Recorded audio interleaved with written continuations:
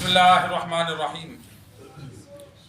ام المؤمنین حضرت امی عائشہ رضی اللہ تعالی عنہ روایت کرتی ہیں کہ ہر رات جب آپ صلی اللہ علیہ وسلم بستر پر آتے تو دونوں ہاتھوں کو ملاتے اور ان پر دم کرتے۔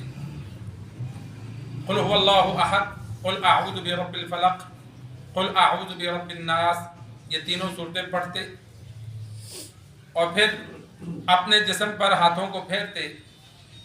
ابتدا سر سے کرتے، پھر چہرے پر، پھر جسم کے اگلے حصے پر اور پھر جسم کے پچھلے حصے پر جتنی طاقت رکھتے۔ 3 بار ایسا کرتے تھے۔ سرکار دو عالم صلی اللہ علیہ وسلم پر قرآن مجید فرقان حمید کی آخری 2 صورتیں، جیسا کہ احادیث میں موجود ہے، جادو ہوا۔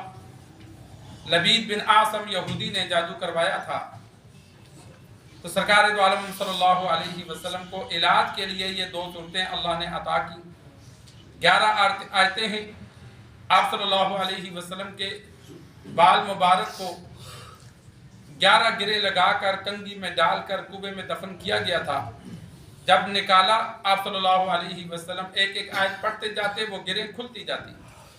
اللہ نے آپ صلی اللہ علیہ وسلم کو شفا دی۔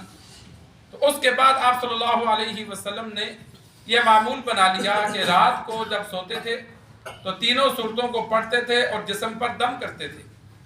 دم کا طریقہ امی عائشہ رضی اللہ تعالی عنہ نے نقل فرمایا کہ دونوں ہاتھوں کو ایسے ملا دیتے، تینوں صورتیں پڑھ کر ہاتھوں پہ دم کرتے اور پھر ہاتھوں کو پورے جسم پر پھیرتے۔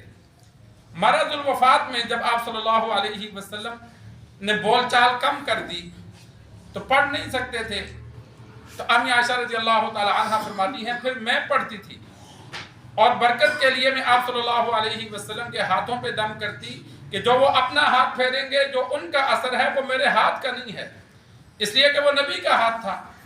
تو آپ صلی اللہ علیہ وسلم اپنا ہاتھ پھیر سکتے تھے، تو اس لیے فرمایا میں ان کے ہاتھوں پہ دم کرتی اور آپ صلی اللہ علیہ وسلم اپنے پورے جسم پہ خود پھیر لیتے تھے۔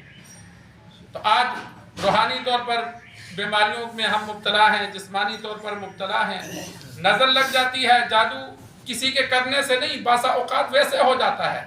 بعض جگہوں سے انسان گزرتا ہے، تعویذ دفن کیے ہوتے ہیں، قبرستان جاتا ہے، مختلف علاقوں سے جادو کا ویسے اثر ہو جاتا ہے۔